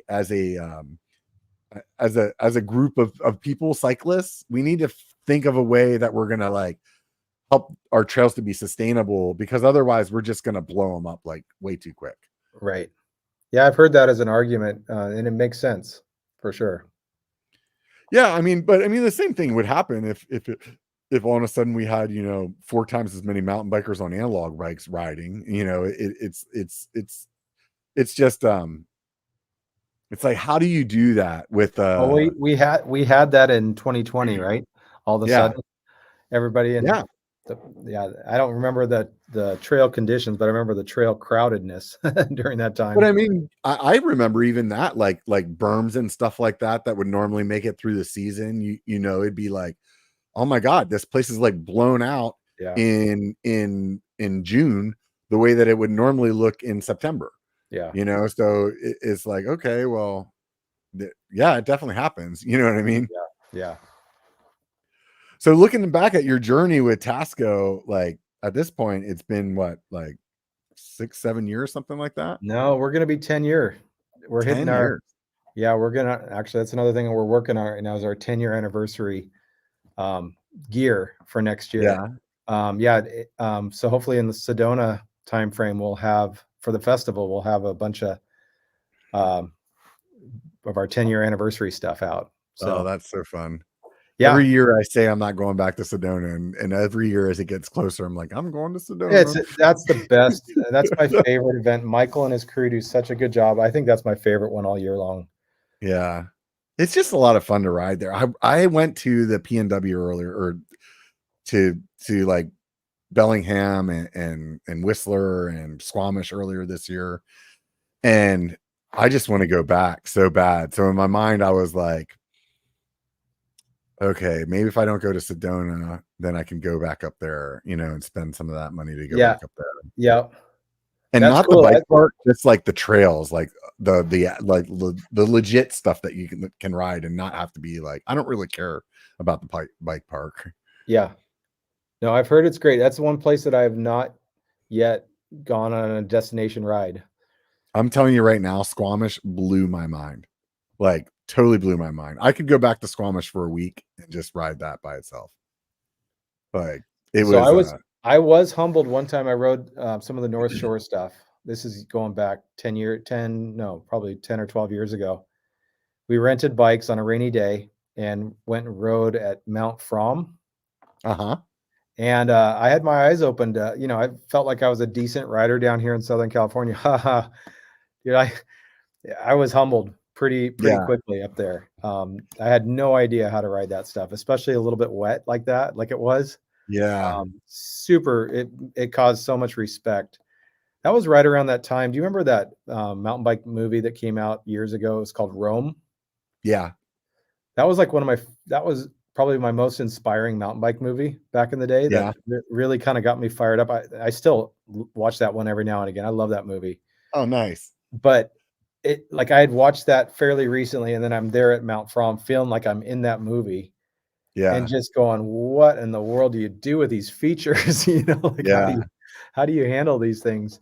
But there, what was it? Something lady, what ladies only, I think is one of the trails there. Mm-hmm. Oh yeah, double black. At least we can walk. You can't even walk around the features there. They're all booby Yeah. trapped. It was such an eye opener at how different of a riding experience it is up there. Yeah, I definitely got some of that. I'd say when I was even at Whistler, like I was a little intimidated because I knew it was going to be harder. So it Mhm. would be like, instead of just rolling into like a black diamond being like no fucks, like, yeah, let's Yep. go, Yep. like I definitely rolled into everything like super timid until I knew what was going on. And then it was like after riding more and more, it was like, okay, I know where I'm at. Like, I know where, like, okay, Yeah. yeah, you can handle this. Like, you don't need to be afraid, but definitely when I first got there, like, even I was like, are the blues going to be crazy? Like, I don't know. You know Yeah. what I mean? Like, Yeah. you hear so many people talk about how much different it is there. And I think like what you said earlier too is a big one. It's like, we don't ride in moisture very often here in California. Mhm. and we definitely don't have like roots and stuff like that the way that they do. So Right. you look at some of that stuff for us, it's like, yeah, we can do some steep rolls, but it's like you cover it It's in like moss this and yeah. spider web of roots that are all wet, and you're like, I that looks terrifying. Yeah. Well, I feel like you were saying about the blues, like, are they gonna be the same? It's kinda reminds me, like, from a surfing perspective, growing up in California and then going to Hawaii, Yeah. where they, "Oh, it's 2 to 3," and you get out there and it's double overhead, it feels like, you know what I mean? Like, Uh-huh. the scales just change the more drastic things are, I think. Yeah. So after what I was getting at earlier, so 10 years into this, what would you tell like Nate that just made the first 2 t-shirts? Honestly, Yeah. don't make any more T-shirts. No, I mean, I look back, it's been the hardest thing I've done in 10 years. No questions asked, like, Yeah. really, really hard, and, honestly, you not making much money, right? Mhm. So but the flip of that is I've had a time of my life as well. I've met so many good people. I've learned tremendous amounts. I wouldn't Mhm. trade it for anything, right? Mhm. But it was definitely I was very naive going Mhm. into this thinking, I can do that, no problem. There's so many intricate details, just running a business in general, especially a business with inventory, Mhm. where you're trying to manage that, trying to manage cash flows, trying to manage, inventory, like reorders take 6 months sometimes to come. Mhm. Coming like the jersey was pretty quick for us, but a lot of times it's 18-month uh, design cycle, right, Mhm. on new products. So, but I had no idea that stuff. So thankfully, I was able to be surrounded by people that were really, really helpful and a good crew. But um, to actually make money doing something like this, I haven't cracked that code at this Yeah. point. But I don't look back and regret the decision at all because it's been tremendous. You know, the last couple of years I've mentioned has been tricky and a little bit tough for the brand, but and so I've unfortunately had to we were at 6 employees back in, which for us was big. We'd grown to 6 employees during Mhm. 22 area or time frame. And honestly, it came to the end of the year and I was not gonna be able to make payroll. So I had to let everybody go. Um, Yeah. and it was a really, really difficult time. And I was, really at that point questioning what have I got myself in for or what's going on. Yeah. But also so at that point, it just turned into a family business, Mhm. which has been really cool. So my son came on, he was a year out of high school and kind of looking for direction. And so he came on and started working full time with me, helping with all of the graphics, all of our design, our newsletters, web management. He wasn't the expert that I was used to doing those things, but I had to step back and be okay with that and help him grow with it. Mhm. My daughter started coming in every day and doing all the shipping for us. My wife stepped in and handles all the customer service. So if any of you out there talk or listening or uh, be nice to her. Yeah. She does the books for us now, all of those things. So we just kind of came together as a family. Uh-huh. REI shipments, my other daughter I taught her how to do all those. So she managed those when those were going out. Um, so it really was neat as a family to kind of come together and just hunker down and make it work. Yeah. It quite honestly, I would sitting across the desk or sharing an office with my son every day. My 19-year-old son, I would have never gotten that without what I'm doing right now. So, Yeah. I love it. I've been Yeah. grateful. There's some things that money can't buy, right? Right. Well, and it's fun You to be know, on this side of it now too. The kids are invested. We're rebounding now as a brand, which is really good. And just mhm. feeling that, they're excited to see it rebounding. They're invested now in it too as a family. I Mhm. honestly don't know that I ever wanna go hire a bunch of employees at this point. It's Yeah. really, really enjoyable running it the way that we are right now. I think there's another thing too that's like, at least for me, I mean, my biker brand is a business as well. And there's definitely been times where I've been like, I'm done. This is just not like I'm putting way too much into this and not getting enough out, you know? Right. And like there is, yes, a a year's worth of stories that I could tell of like feel good moments of things that have happened that make it worth it in that way. But there's Right. also like the reality is like, are you spending 3 times more money than you're making? Are you, you Right. know what I mean? Right. Or like there is a reality to it where it's like, dude, you can't do this if this is the case, you know? And for me, there's always this like this little voice inside of my head that's like, what if tomorrow is the day that it just like the snowball just starts rolling, Right. you know? And today was the day that I quit, Yeah. you know? Right. And that's the thing that it's like, because I really believe in it, you know, I Right. really believe in what I'm doing. And I think it's got to be something similar for you where it's like, you know, this may not be like the perfect like dump truck money, like load of Right. money that's coming in the door right now, but there's some good going on here. And what if I just keep at it? Yeah. Like maybe there's a day whenever it's like, wow, that's Yeah, way and you know bigger what, than I thought. Robert? Like days like today were really, I mean, you have days when you're doing that, right? Like, what am I doing? Why am I doing this? Like, I'll just go Yeah. back to selling lab equipment. But I mean, there's Yeah. no passion in that, right? There's no, Right. I find so much enjoyment and I'm so passionate about what I do. And I find so much enjoyment. I mean, today was a good example. The number of texts and emails that I got from people after we dropped the newsletter on the new jerseys, just like, you saw the one from Cody, but I got multiples of those from people in the industry, out of the industry, whatever, Yeah. just going, those are rad. I can't wait to get, whatever it is. That's the kind of thing that kind of fuels me, I would say. Yeah. Being able to produce those kind of, I don't know, those moments that, there's a little bit of enjoyment for somebody else. It's kind of cool. Dude, So I got audibly excited when you sent me the picture of it the other day in text. And I was like, dude, it's the thing we were talking about. Oh, that's so sick. You yeah, know, it was like you know, definitely I can relate with all the people that are sending you messages because it's really cool to see. yeah, And then, you know, then to was it yesterday I was doing my backpedal show and I hadn't even seen the other ones. I thought the only one that came out was the one that you showed me. So like I brought up the website and I was kind of doing the same thing I did at the beginning of this show. And then I saw the black and white one pop up and I was like, this thing is awesome. Like yeah. I didn't even know that it was like, check this out, you know? No, they So got delivered last Wednesday, Robert, and legit, I had like goosebumps. I was so excited when they came in yeah, because I hadn't seen the final ones. I took a risk because I needed to get these in, and so I thought they were good enough. I didn't need another sample, so I just said go ahead and produce them.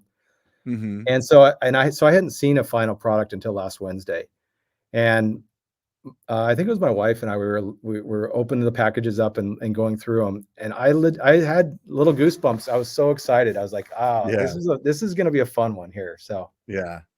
Is there certain times of the year that's like way better for apparel than others? Like, is it like a huge ramp for Christmas, or is yeah, it like spring yeah. when So I people mean, are? this one was a little later. I mean, as far as a product launch like this, it was a little later than I would have liked. And we don't even have a video out yet. We're still working on editing that and things like that. But I just needed to get it out. The reality is we're at the very tail end of wanting to release something new because on the 1st, everybody starts pushing so hard, sales, Black Friday. And as soon Mhm, as that happens, you just get lost in the shuffle. And that's probably already mhm, happened a little bit because that's already happening. People are kind of gearing up for the holiday shopping. mhm. So there, I think we're kind of at the tail end for sure of like new product launches. Certainly springtime is But I is mean, in when general, just with your sales, is like, oh does it stay pretty like constant through the year, or there are definitely like times of the year where it definitely surges more than others? yeah, I mean, I would say January and February I return to as returnuary, right? So, Yeah, after all the holiday shopping, you end up very low sales that month, but more returns, exchanges. That's what keeps you yeah, busy during that time. Um, March comes like definitely in March, you're starting to see it start ramping up. Across the country, people are putting their skis away, they're dusting their bikes off again, so they're starting to think about the and then riding. Sedona's in March too, so Yeah, I'm sure so that when once usually right around then, and we're at the festival, things really start opening up, I would say early March for us. And then it goes pretty strong through, I'm going to say like June, until everybody starts kind of traveling more. They're probably geared up on their main items at that point. There's less of that seasonal buying at that point. And then July, August, September, and into October are usually a little bit slower for us, just because people are vacationing. They're getting back to school and all those yeah, things. and across the country, they're even already starting to think about winter sports again. As the closer you're getting. But it's interesting. You've got New Mexico, Florida, Texas, Arizona that start lighting up. Southern California, whatever, these areas where it's actually better riding season come fall. And so we see that. And obviously the holiday period, we see a big spike in sales as well for that. So there's my calendar. Yeah. And then through all that, you're doing events throughout the year as well. Right. Yeah. That's got to keep you, that's got to be a lot of hustle and bustle, because it's like, you go to the event, like, let's say you're there for a week, just call it a week to be Sedona, because you're there a day or two before and day or two after. It's like, it's not like the business stops back home. No, the orders are still coming in on the website and stuff. Well, during October, I hit Moab, Havasu, and Bentonville in 3 weekends in a row. Oh, wow. And so basically I was back in the office for 2.5 days and just shot. Like Monday is a waste, because then Tuesday and then Wednesday you're getting ready to go again. So I had 3 or 4 weeks like that where it was really, really short. And you gotta, if I'm not doing it, it's not getting done for the most part. Right. So at this point, do you still have, like, are you also like continually working on new products, or is it sometimes where it's like you R&D like for a year and then just like kind of change colors and designs and stuff like that for a little bit? Or is there always something that you're No, like, you can all, I mean, I am not sophisticated enough, Robert. Like if we were a bigger company, we had a department doing all of the line plans and all that kind of stuff. Yeah. I'm sure that they're doing different jobs throughout the year. For me, I'm just getting it in where I can. Shooting from the hip, right? Yeah, I mean, as soon like I breathed a sigh of relief when this got released, and instantly started working on this morning. I was up at 4 this morning working on, because I got to get the orders in for the things for spring here shortly. And so just trying to finalize all of that. So, and there's a pretty cool new product that I'm excited about for next spring. I don't know how you can top your Phantom line. Honestly, like I spent most of the summer on all of the podcasts telling people that they need to buy the Phantom stuff, because like, I just love that I love those shorts. Like I like get sad when I'm like, oh, I gotta wear the regular ones again, because they're just like so light. You just don't even feel like you're wearing them. And that was a risky short for us, Robert, quite honestly. Yeah. When we put that one out, I mean, I think to this day there's still not a fully vintage short like that on the market. It's so good. And then honestly, I kicked myself in the ass for not trying those chamois that you guys sell earlier, because oh my god, they're amazing. So like between the two of them paired together, it's like, oh dude, like it's so good. It's so good. The Nesium chamois are their liner shorts they're very good. Those shorts are like the Phantom ones are just so durable, even for like how light they are. Like I've definitely taken some diggers. Like there's not especially like spring, it'll be warm enough out here that we're wearing shorts and not pants. And me and my buddies are still like kind of in build mode. So we'll go out on a ride where it's supposed to be a ride, but we'll end up building for like half of the time, or taking some tree down or something like that. So it's like those things take a beating, and they just keep like they're in great shape, Well, that's why it was a risk, right? They're so lightweight, fully vented. I mean, they are susceptible to snagging and things like that, just because of the venting on there, or the holes, the mesh. But so there's two things that whenever people see them, they ask, are they durable? Well, they're not going to be as durable as the other shorts, but they're fine, right? They're more durable probably than the shorts that you're wearing right now. Right.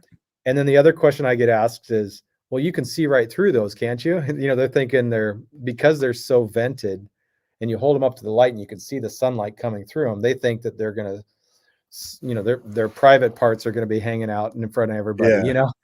Yeah. But it's not. They work good. Yeah. Yeah, no, they're super awesome. I think you had told me before that the way that the gloves are, you can't print on them, so that's why they're all solid colors Right. on the Right. Phantom. I mean, you can, but again, it turns into, I mean, I want to say we have to build 3,000 of those at a time.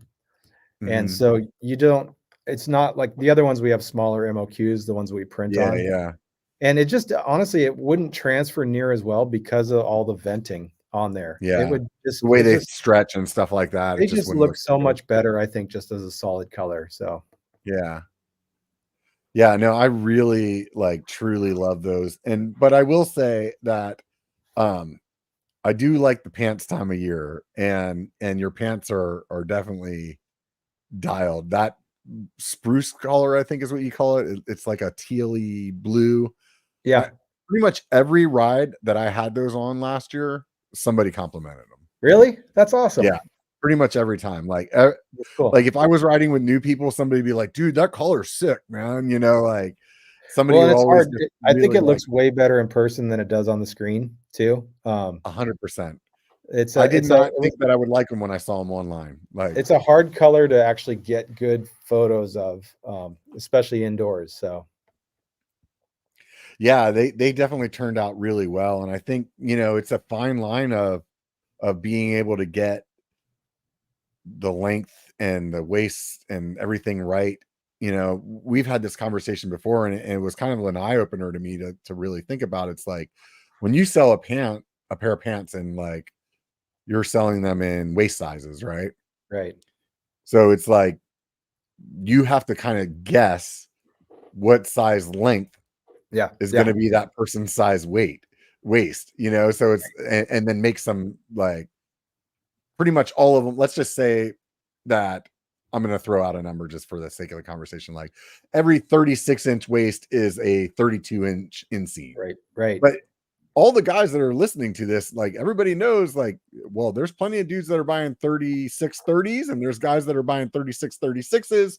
So, Right. like, how do you get a pant that's right in the right spot that actually works for the most Yeah, people? and that, it took us 2 iterations to get where we're at now, and honestly, if I were to do them again, I probably would tweak it a little bit, but you're never gonna Mhm. get it right. You're never gonna get it Yeah, perfect for everyone, right? So, and it's interesting, I mean, we're not Levi's, we can't do 36, 31, 32, 33, right. 30, like all of the different ones. That would sink us instantly, I would say, but, no, I think that's one thing that mountain bikers just in general know that if they're tall, they're going to be short on them. If they're long, they're probably Yeah. going to cuff them. So, none of the brands that I'm aware of at this point have like much of a length option.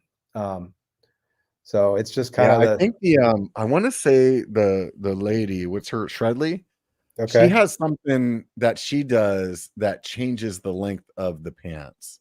But I think it's because, like, the way that women's are designed, like, it has, like, a scrunch point on it or something. Like, I can't remember exactly what it Yeah. was when I was talking to her, but I remember thinking, "Oh, wow, like, it was a really good idea," you know? Yeah. But it's definitely, like, the design is different, you can't Yeah. do it the same for, like, what you would do for, like, a man's pant. But who knows? Maybe there's something there, like, Yeah. some kind of like, years ago, like, I remember whenever the, like, kids' pants came out that had the, like, elastic band in the inside that changed the waist size, and you're like, "Oh my god, this is amazing." Like, Right. why has this not been around forever? Like, who knows? Maybe there's something like that that happens with inseam, or that you'd be able to, like, Tuck it in easily or change, yeah, like, easily change the hem on the bottom or yeah. something, Yeah, some I feel kind like the of best we can do at this point is just try to shoot for the average, right? And yeah. you know, Yeah, 100%. But I mean, I think those pants are super comfortable. They're, like, tight enough that they're not too baggy, but yet they're, like, the flex in them doesn't make me feel like I'm wearing something that's tight, right, right. Yeah, and I think that, the other thing that I've noticed with other pants that I've worn is, like, I'm predominantly wearing pants in the winter, and it's always wet. So like some other pants that I've worn, once they get wet, then it's really hard for them to like stay in place. Mm-hmm. You know, they really start, the extra weight on the materials really pulling them down, and those they stay well. So They hug your figure well, right? yeah. Yeah, and I don't have much of a booty, so like I'm always having problems with my pants falling off. So the way that they fit is you did a really good job. I mean, there's definitely like no hesitation in me recommending your stuff to people that's not like wholeheartedly honest, you Yeah, that's know? cool. I appreciate that. Yeah, no, we try, and I'm thankful it is what it is, right? Yeah. What are you excited about? Well, like in life? With the brand? Oh, okay. I was gonna say in life, huh? Um, yeah, again, I think I've kind of touched on it before, but I'm excited about where I think I am mentally with things, Mhm, really kind of bringing it back to what caused us to grow in the early days. Like mhm, what was it that helped us go from 0 to 60, right? mhm, And really focusing on getting us back there as a brand. mhm, So looking at those pillars, the fun, the freshness, the mhm, putting those kind of energies back into it again. mhm. I know that's a formula that works. So being able to come out with new products again, just being in that spot as a brand to where we can get into our stride a little bit more, I feel like. Yeah, Definitely excited about that. I can't tell. I mean, I said it before, but I had tingles about this jersey launch. I'm pretty excited to yeah, see where that goes, and just to see how the response ends up. As we launch things more and more.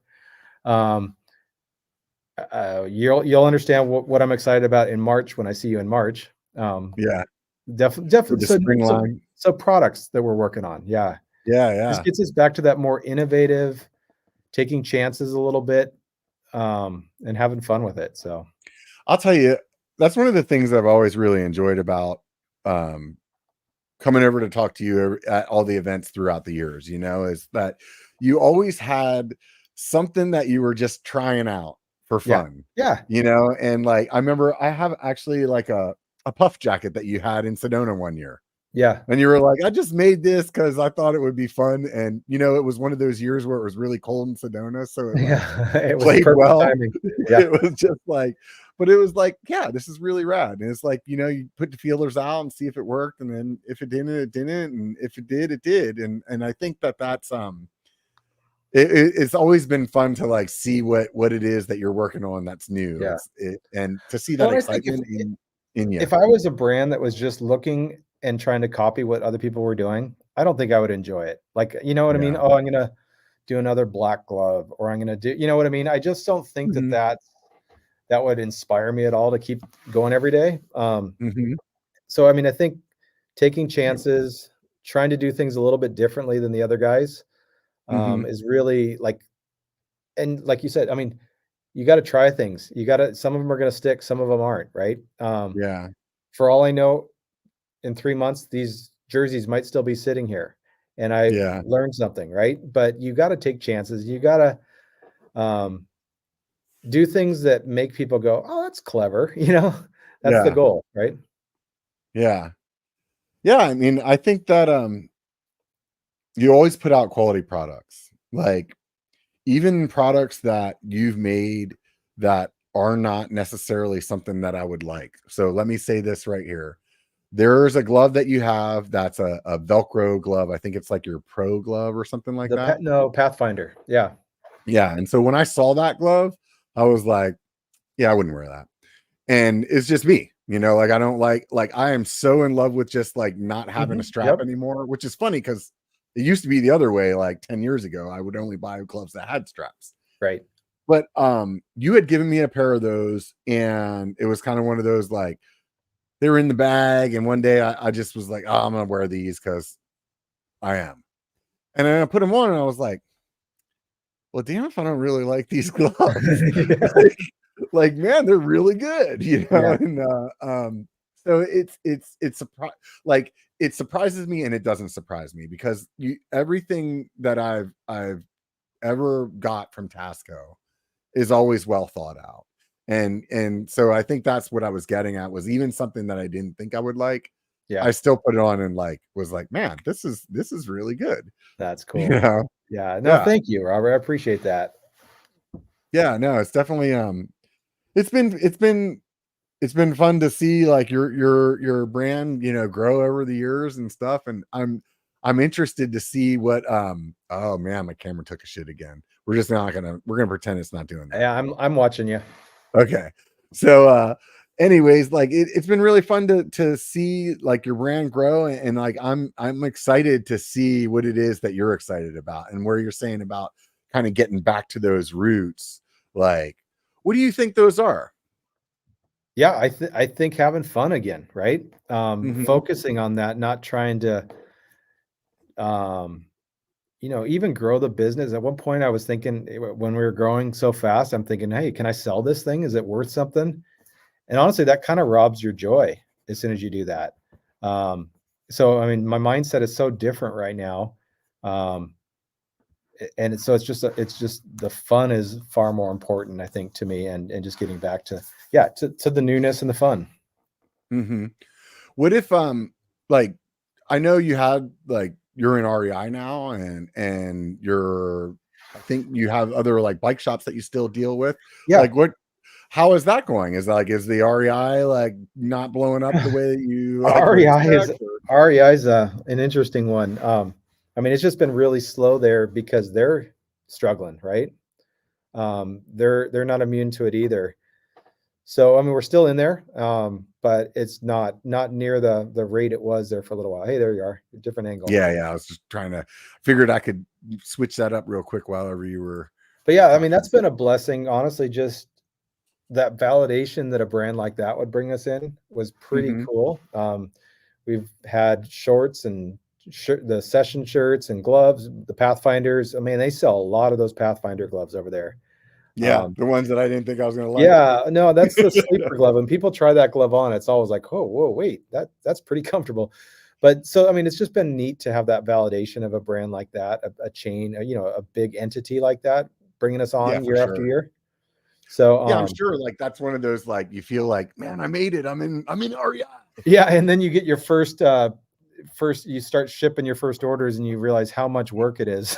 It's a You're like, little bit, the scaling on thing is a little bit differently. So, but no, that's just been a blessing for sure to have that opportunity to be in there. And is that something where they like try you out in so many stores and then you like yeah. go Oh, I further think national, last year or? we were in 77 of the stores, I want to Oh say. wow, so Yeah, you're it's the really out. first year we were in there with 3 stores. They kind of picked the big 3 and pilot it. And then the Hmm. next year, I think we were in maybe 20 or 30 stores. And then then we went to 7. Yeah, I think it was 70 something. Hmm. I don't see it because we ship to 1 district or 3 distribution centers, and then they take it from there. So I just go to Right. 3 places with it. But yeah, it was pretty cool to see it kind of get traction and being well received over there. Yeah, yeah. Does that open up doors then, like for other retailers? Do they start to reach out to you then, or is it Well, you so have to it's go after them? How does that I happen? would say it's a mixed bag. I mean, there's not really any other big retailers that I envision Tasco fitting in with. I don't see us Right. going into a Dick's Sporting Goods or a Big Five, or it just doesn't feel like the right matchup, quite honestly. So I've never really pursued that one anyway. Uh-huh. But I think when it comes to like the IDBs, the smaller shops around, they don't necessarily love the fact that you're an REI. It's not like a selling feature to them. To Yeah. them, that's the big behemoth. That's the one that's taking business away from them. So they're not typically too excited about that. So I usually Right. don't try to You use that mentioned as a that. sales pitch. Yeah. Yeah. Yeah. No, I could see that.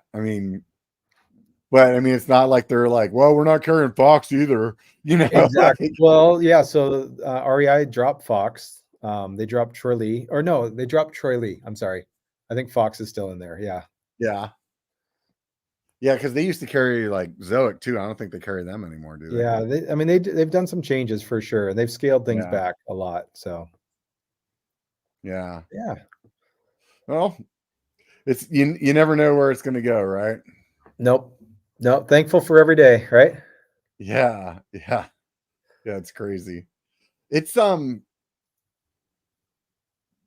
what do you look back at and like think about as one of your like biggest successes? I mean, that right there, what we were just talking about was huge. That was Yeah, back in 2019 or 2020 when that one happened. And when I got that first PO, it was pop the cork on that one. That was pretty, yeah, that felt like a big, like, wow, we've made it, right? I mean, that was yeah. definitely a cool one. I was gonna say when we launched that new mullet jersey, but no, I'm just kidding. Well, That's yeah, just on my mind right now a little bit.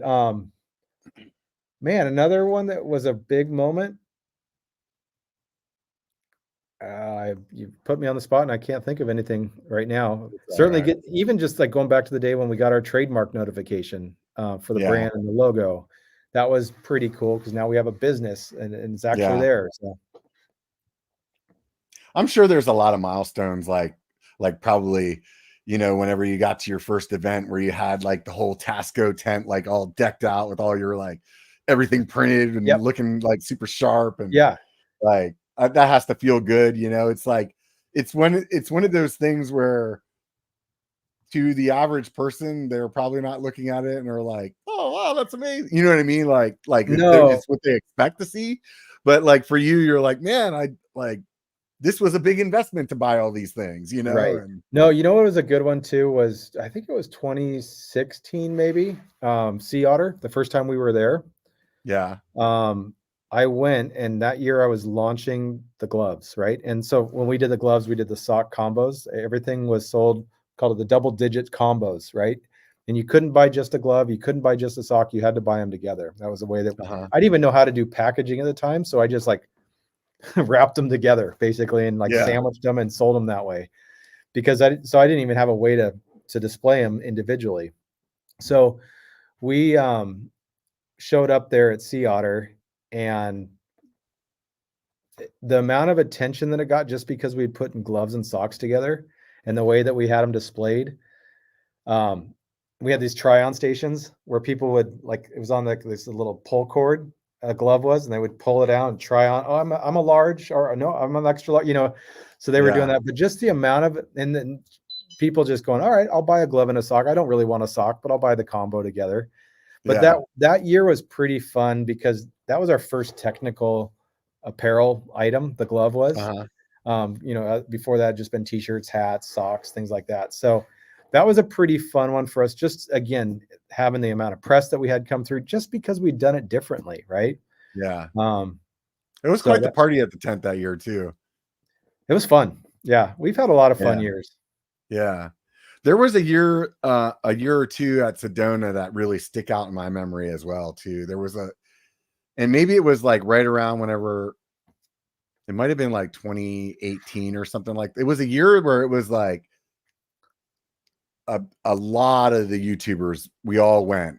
And it Uh-huh. was and I think for me, like a lot of us, it was the first time that we were all actually meeting each other in person.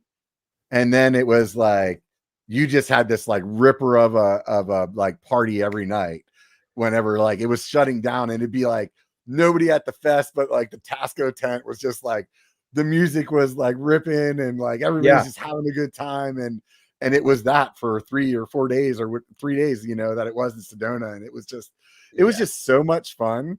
And I think that like this whole like mountain bike YouTube community was kind of new at that time too. So like people were really like everybody was excited to see each other, yeah. like in person. And it was just though that particular year, I don't remember which one it was, but it was like that one really sticks out. I just remember like hanging out and just having so much fun at the tent. And No, yeah, that event hands down is my favorite just because it's more brand building and more having fun with people and yeah, community. And, we see the same people year after year a lot of times, but so much more enjoyable to me than, even going to a Sea Otter where it's more corporate feeling, more, yeah, and again, we're a small fish in a smaller pond at Sedona, whereas the pond gets pretty big when you get to Sea Otter. And, you just get lost in the shuffle as a brand. yeah. So, yeah, it's fun. I honestly like I personally don't really care for sea otter. It's just the way I always explain it to people is it feels very overwhelming to me. Yeah. There's just like so much that it's like, dude, I can spend 2 or 3 days there doing my damnedest to talk to as many brands as I can so I can like set up, podcasts throughout the year. Yeah. And I can every day get on Instagram and look at like Pink Bike and see like 5 things that I didn't see. Yeah. Like 5 brands that I didn't, or like I was even at that brand's tent and didn't see that product. Yeah. And it's like, well, it's Yeah. just It is. It's overwhelming. It's a circus, right? Yeah. Yeah, I really enjoy the smaller events. I did you go to the Northwest one up in Bellingham? Have you I done that one didn't. yet? No. The Have tune you up. ridden in Bellingham? Mm-hmm. Oh, okay. I was gonna say, because if you haven't ridden in Bellingham, you should definitely do that festival. So. Yep. Bellingham, Galbraith. Yeah, so much fun there. Yeah, I was there this year about a week before that festival happened, and that was my first time riding in Bellingham. And wow, just like that's another one of those cities like Bentonville where you're just like, man, these guys are really blessed because they have the elevation loss too. Yeah, for sure. That's a special place. That whole Pacific Northwest, Seattle area has got some good riding. Yeah, I've got family up there, so we've been up there a few times. I love it. Yeah, a friend of mine was telling me something in Tacoma that's pretty fun too. That's Okay. right in that Seattle area. Right on, man. Well, we're wrapping up the 2 hours here, and as usual, it's been super easy to chat with you. Yeah, dude. That's awesome. I always like to ask people what they like to watch on YouTube. You watching anything fun on YouTube lately? It doesn't matter if it's bikes. Yeah, I watch a lot of like motocross stuff, I would say. Yeah. Whether that's highlights from a race or the silly season comments or whatever it is. So those end up on my feed a lot. Surfing stuff for sure. How much surfing do you do? I've been getting back into it. I went this morning before work, got out again. I'm honestly trying to get myself back into surf shape a little bit. My son just moved to Hawaii. Yeah. And so we're going to go over and see him over Thanksgiving. And so I'd like to be able to paddle a surfboard again before we get there. That's exciting. Been definitely doing more of that. What island is he on? He's on Oahu, up on the west sweet. side, up in Makaha. So nice. There's some riding over there on that island too. I did a there is. I don't know much about it, but I'm sure that there's plenty. Yeah. Yeah. Everything in Hawaii is short. It's like a 2-mile trail, or it's like nothing like, at least nothing that I was influenced or introduced to, but it all seemed like very short things. But it was like, it's just fun to be like, man, I'm like in Hawaii riding bike. For like, sure. This is sick. Yeah. But I'm sure you'll be plenty busy surfing. That sounds super fun. That's exciting. Should be good. Right on, man. Well, I appreciate all the time that you took to sit down here and chat with me. Any of you that have not seen his products and you've listened to this podcast, go to Tascostoke.com and check it out. And while you're there, you can use code B1KER and save yourself a little bit of money. And support the Robert man. Yeah, do that as well too. That's always fun. If you don't want to do that and you just want to get on with your life, remember at least one thing. It only takes a bike to be a biker. Get out and be one. I love it.